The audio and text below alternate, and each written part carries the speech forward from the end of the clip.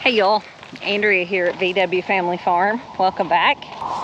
Got a question for you. Have you ever had things in your life that you really didn't even know what you were doing, and you just kind of threw something together, threw it out there, and it just worked out, and it worked out beautifully? Let me explain.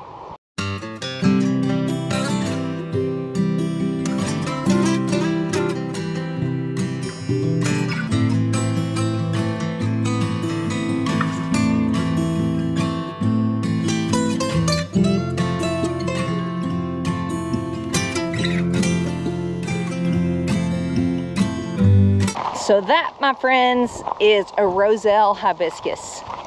Never grown it before. I just bought a little plant start from someone and thought, okay, I'll give it a try. Dipping my toe into growing some flowers and put that in the ground. Had no idea, obviously, as you can tell, it's in the middle of my garden and it's enormous. Had no idea even what I was doing or enough about it to even be growing it. Sure hope y'all can hear me over this wind. And it has thrived. I hope you could tell. I tried to give you a look inside how massive the base of it is. It was getting rather large. Not as large as it is now, but probably, you know, 2/3 that size maybe. We had a storm come through and it broke it in two places. It just kind of laid open in the middle. I thought, well, that's done for. Won't ever get to see that come to fruition. It kept going. It's like it recovered from that and kept going. I don't even deserve for that thing to be that big because I really didn't even do anything to make it that successful, if you will. Then we come back here to the high tunnel.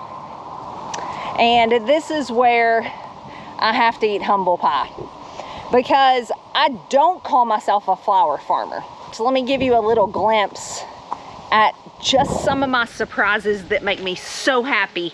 Some of my first attempts at flowers. I'm gonna show you, I've got dahlias. I mean, I just want y'all to look at how gorgeous these are, if I can get them in the camera with me. These things are like iridescent.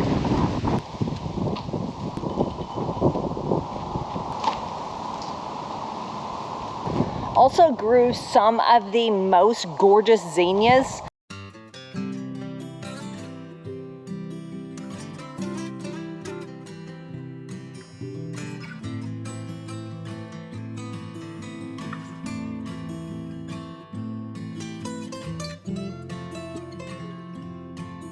Now, yes, they could look a little bit better. It is the end of the season and, you know, they're about to bite the dust probably for the season. But all in all, I'm really, really thrilled with those. Really have brought me a lot of joy. And like I said, I'm just dipping my toe into flowers. Don't know where that's going to head, but I'm having fun doing it. But I do call myself a gardener. I don't call myself a flower gardener, but I do call myself a vegetable gardener. And like I mentioned a couple minutes ago, this is the season I had to eat humble pie. So you can see this big, beautiful cucumber. I think there's two plants there. It's actually climbing up a string over here. You can see the yellow things hanging. That's for aphids. But yes, this is just doing awesome. I sprouted this from seed. Really excited about it. I've already harvested 4 or 5 cucumbers. This is obviously in a high tunnel, so I can shut the sides. This is gonna be my first fall with the high tunnel. So I was really pumped about growing brassicas like cabbage and kale and broccoli and cauliflower and all the things, and being able to keep them going even after the weather turns. It won't necessarily kill them, but it does kind of stunt them back, kind of slows it down. And I was really looking forward to kind of experimenting and seeing how it was gonna go in this high tunnel, growing those things when I could protect them a bit. There is some parts in this high tunnel that's a mess, but you can see behind me my tomato plants. Some of them they've already come loose from their trellis. I gave up trellising and really working them a long time ago. I just tend to do that in the fall. I wind up taking a more enjoyable approach, and if things kind of get messy, I don't worry about it. I don't work like I do in the spring and summer because I know it's all coming close to an end anyway, so I just don't stress about it. But you can see they're coming back to life. They are covered in blooms. There's little tomatoes all over them. I've got a whole nother area down here I'll take you and show you of tomato plants. I've got, let's see, I've got sugar snap peas. Here on the back side of the zinnias, that is all tomato. There is San Marzanos, which are good. Those are good sauce tomatoes, but they're also just good little Roma tomatoes for salads and just anything that you would buy a Roma tomato for. They're really good that way. And then there's little cherry tomatoes, all that kind of thing. So already had all that going, and I started some seeds. Took the time. If you think about what it takes to start seeds, started them and kept an eye on them and watered them and babied them and moved them outside and hardened them off and all the things, and planted them, took the time to plant them all, and within a day they were gone. They had disappeared out of my tunnel. They were just gone, not a trace.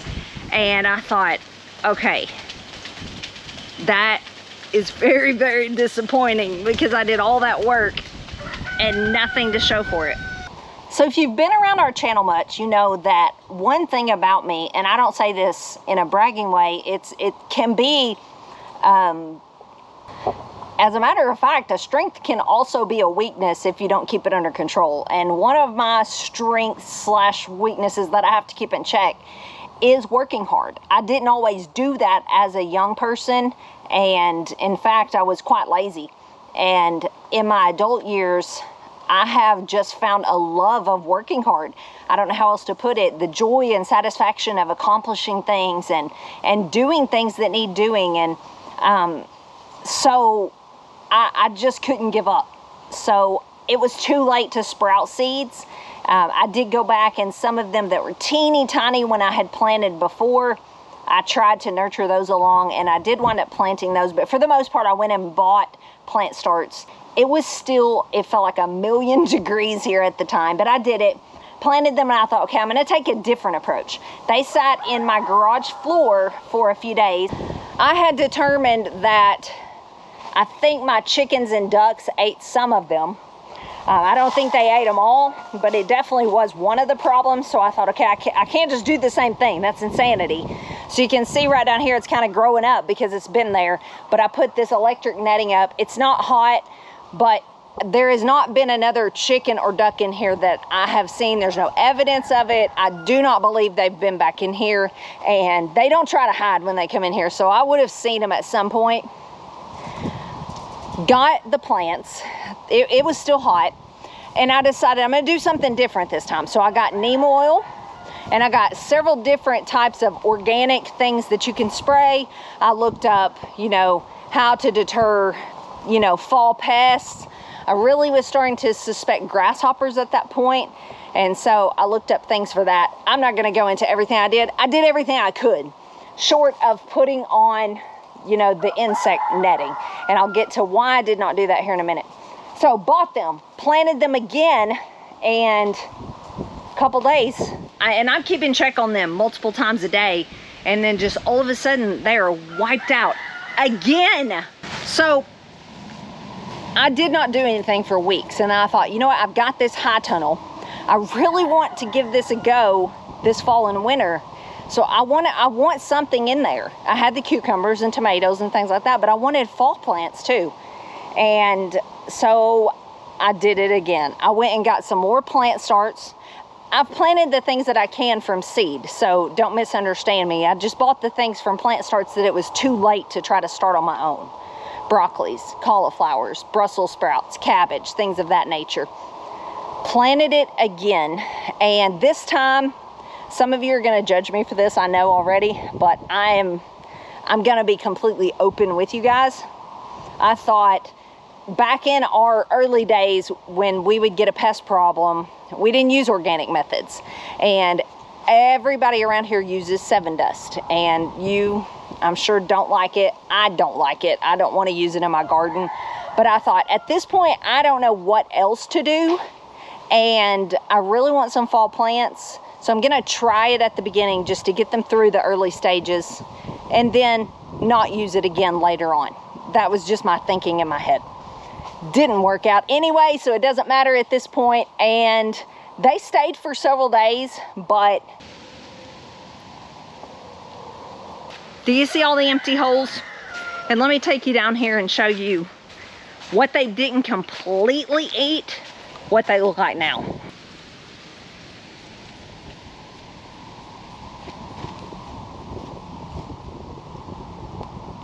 Demolished it for a third time. I think this is the time to quit. I don't think that it's smart money-wise for me to get any more plant starts. I don't think it's smart time-wise at the time of the year we're in. And frankly, I'm just tired. I'm tired of it. Interesting fact, I planted a bunch of spinach. It's right down here. And then there's Swiss chard, you can see. Did not touch it. It is the weirdest thing. We have decided through lots of investigation, it just about has to be grasshoppers. We have the craziest infestation of grasshoppers this year that you've ever seen.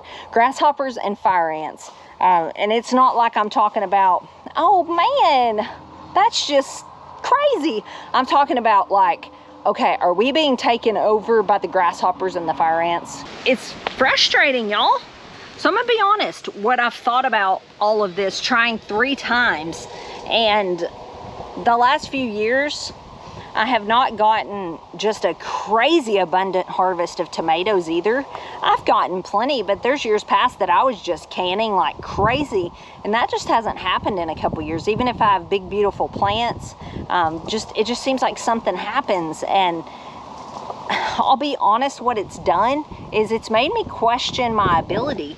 It's made me, my dad was a huge gardener, and if you've been around here, you know he passed away a 1.5 years ago, and so even that year he didn't garden. So it's been a few years actually since he gardened out here, and he just knew how to do things. And sometimes when things like this happen, I start to think, you can't do this. You're never going to, you know, be able to do this consistently, and you don't even know why this happened, so how are you going to fix it and all the things. And can I just tell you that when that voice starts talking to you like it's been talking to me, you need to just tell it to shut up, because that is the voice of the enemy, for one, and it's the voice of negativity and self-doubt. And that's just silly, because last year in this exact same garden spot, I had the most beautiful harvest of broccoli and cauliflower and cabbage and kale, the same things I'm fighting right now. It's just where we are. And sometimes you're gonna throw seeds out and they're gonna do like that Rosel Hibiscus, and they're just gonna flourish because it's just their time. And then there's other times that you're gonna struggle. And this fall garden for me is just representative. It's just one of those times I'm gonna struggle. There's seasons that are gonna be hard. There's garden years that are gonna be hard. There's seasons with animals. There's seasons with your kids. Parenting's hard. There's seasons with your spouse. But then there's those seasons that you just throw seeds and they just flourish. And so if you're in one of those seasons where it's a struggle right now, you feel like, okay, my kids hate me because I'm just trying to be a good parent. My spouse and I are fighting. We're stressed. There's not enough money. Job is uncertain. All the things. We don't have this shared vision. Can I just say, just hold on. It might just be a hard season. It doesn't mean that's how it's going to be forever. And can I also say, if you're in a season where you've just thrown some seeds, or maybe you didn't even throw the seeds, you're just getting to reap the benefit of someone threw the seeds, can I just encourage you, savor that. Just cherish every moment, whether you feel like you deserve it or not, because those times are special. Like that plant out in the front garden is special, and I might not ever be able to replicate that again, even if I tried. That big and beautiful of a plant that survives a windstorm and just continues to grow and flourish, I might not ever be able to replicate that again. but I sure am gonna cherish it while it's there and enjoy it. I look at that thing every day. I'm just waiting on flowers. We may have a frost. I may not ever get to see flowers off of it, but it's been beautiful in the process. So I just want to encourage you guys, don't give up. You may just be in a tough season, and you know what? That is okay. So yeah, I gave it to the grasshoppers. They got the fall garden this year, and I hope they enjoyed it. Oh well. They got it this year, they won. And I did want to mention why I did not use the insect netting.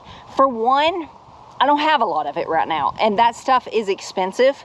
And what I do have, if you get it thin enough to where it can still be on there and heat, because we've been hot until just recently, then it's pretty delicate, and so it tears. And so we've got a lot with tears in it, and once it gets, you know, rips and tears in it, the insects can get in it. So and also we just laid this ground cover this year. We did not really want to start poking a bunch of it, even just tiny holes, because that does add up, guys, because I have been dealing with that in my front garden. Grass will find anywhere it can to grow, and any hole you poke, you're just inviting more grass. So I didn't want to do that. And thirdly, I was just stubborn enough. I thought, people have been gardening for literally centuries without all these modern conveniences we have. I can do this without an insect cover. But obviously I couldn't. So there's that. Thanks for hanging out with me. Thanks for spending a few minutes with me. I hope wherever you're at that you'll just remember there's those of us in it with you. We're in hard seasons too. And if grasshoppers eat my garden is the hardest thing I faced this year, I'm gonna say I'm doing okay. See you guys on the next one. Thanks for watching, and God bless.